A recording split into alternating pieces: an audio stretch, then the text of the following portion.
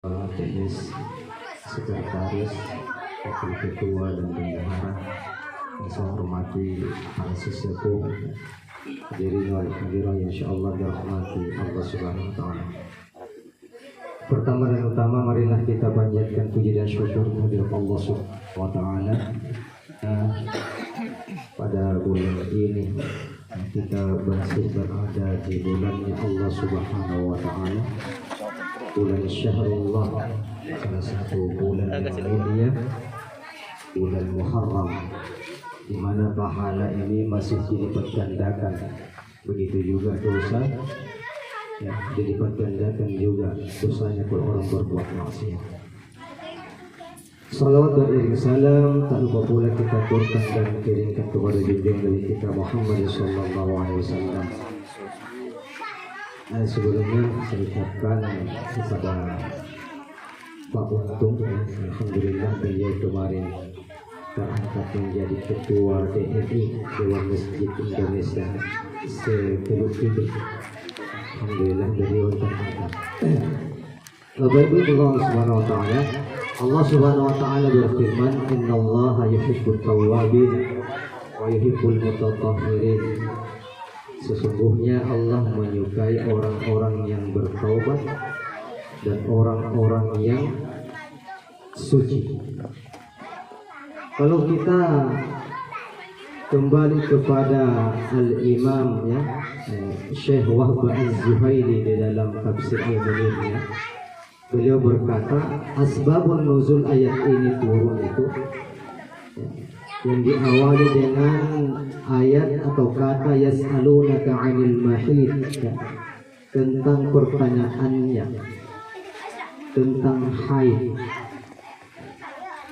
Di zaman dulu, kata beliau, ya, Syekh Wahb Az-Zuhaili berkata bahwa pada zaman dahulu itu orang-orang Yahudi, ya, itu aturannya sangat ketat, Pak.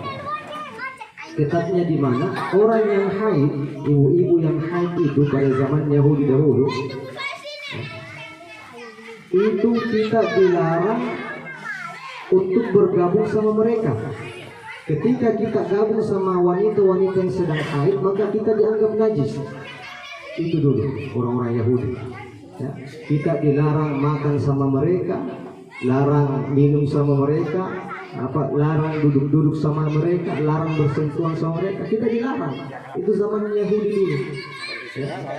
Begitu pula zamannya, mohon maaf, Nasrani ketika itu juga.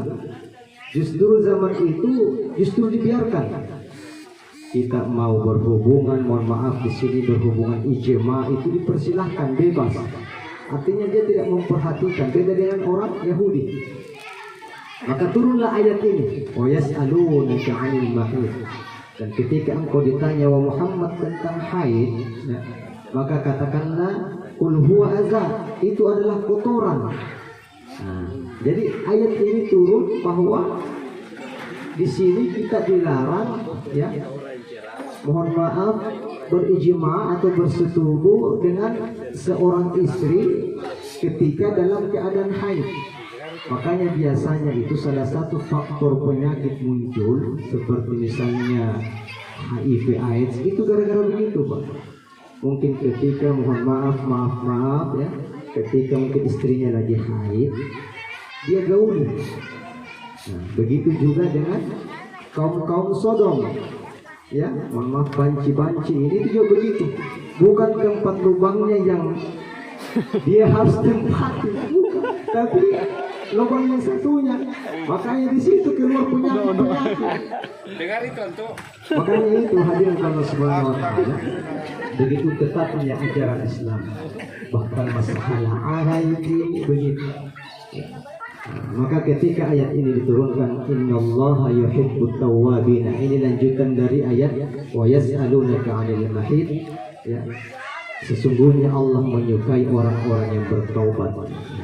Jadi di sini bertobat bukan hanya para ustadz saja, walaupun pakaiannya serba putih, jubahnya putih, tapi yang dilihat itu bukan ketika masa hidupnya saja. Justru di akhir hayat yang diperhatikan. Jangan pernah kita menganggap remeh orang-orang yang berbuat maksiat. Jangan, Pak. itu dia tinggal di dalam misalnya banyak dosa begini. Belum tentu ketika kita meninggal dunia nanti kita meninggal dalam keadaan husnul khotimah. Begitu juga para kiai, para ustadz, belum tentu akhir hayatnya nanti baik. Belum tentu Pak. Orang yang ahli maksiat juga belum tentu akhir hayatnya buruk. Tidak. Siapa tahu ketika dia sudah bertobat kemudian Allah panggil dia meninggal dunia, bisa jadi dia lebih dahulu masuk surga daripada kita. Jadi jangan pernah menganggap orang-orang ahli maksiat ini adalah orang-orangnya artinya pandai berbuat dosa, ini orang-orang yang masuk neraka, dipastikan masuk neraka. Ini belum tentu. Kemudian lanjutan ayatnya, Innallaha yuhibbut tawwabin wa yuhibbul mutatahhirin, dan sesungguhnya Allah menyukai orang-orang yang suci. Nah, di sinilah yang perlu diperhatikan, mulai dari istinja. Ingat, sholat kita tidak diterima ketika wudhu kita tidak baik. Wudhu kita tidak diterima ketika istinja kita tidak baik. Bedakan najis, bedakan hadas. Ya, hati-hati. Bedakan najis, bedakan hadas. Najis itu ketika misalnya kita berbuang-buang air kecil saja. Ini memang ya aturannya, ini artinya kalau kita lihat ini kita anggap sepele buang air kecil. Tapi coba ketika Rasulullah SAW lewat di antara dua kuburan, beliau berhenti. Apa kata beliau? Dua kubur ini di dalamnya sedang disiksa. Sahabat bertanya, ya Rasulullah, karena apa dia disiksa ini dua orang? Beliau berkatakan bahwa yang satu karena istinjanya tidak baik, bayangkan, padahal bukan dosa besar. Yang satu karena istinjanya tidak baik, yang satunya ini karena suka namimah.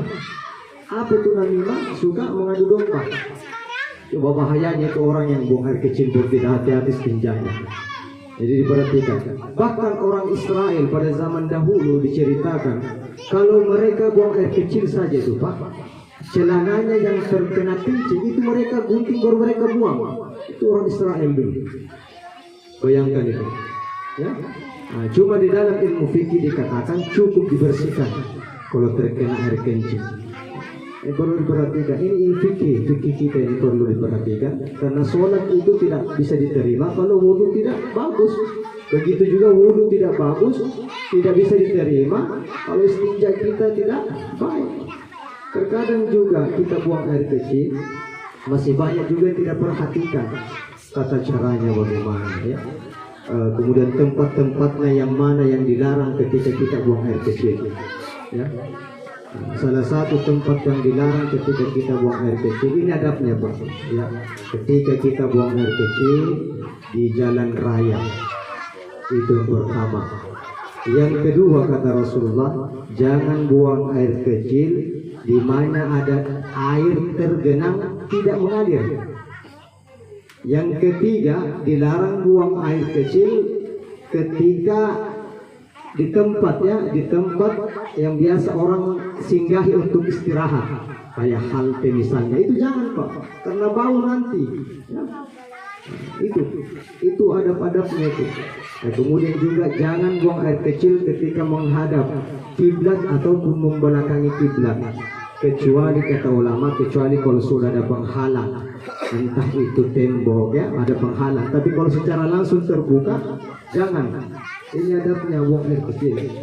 Bayangkan dari buang air kecil saja kita sudah diajarkan adab-adabnya.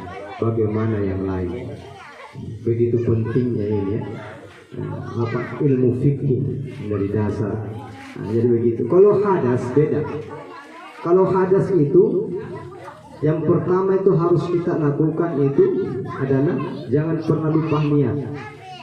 Niat cara menyucikannya, niat ketika mungkin kita habis kentut itu kan wudhu kita batal. Jangan lupa niat di wudhu. Kemudian ketika kita mohon maaf habis junub, habis jima sama istri ya, itu niat yang penting. Kalau najis cukup tanpa niat pun bersih.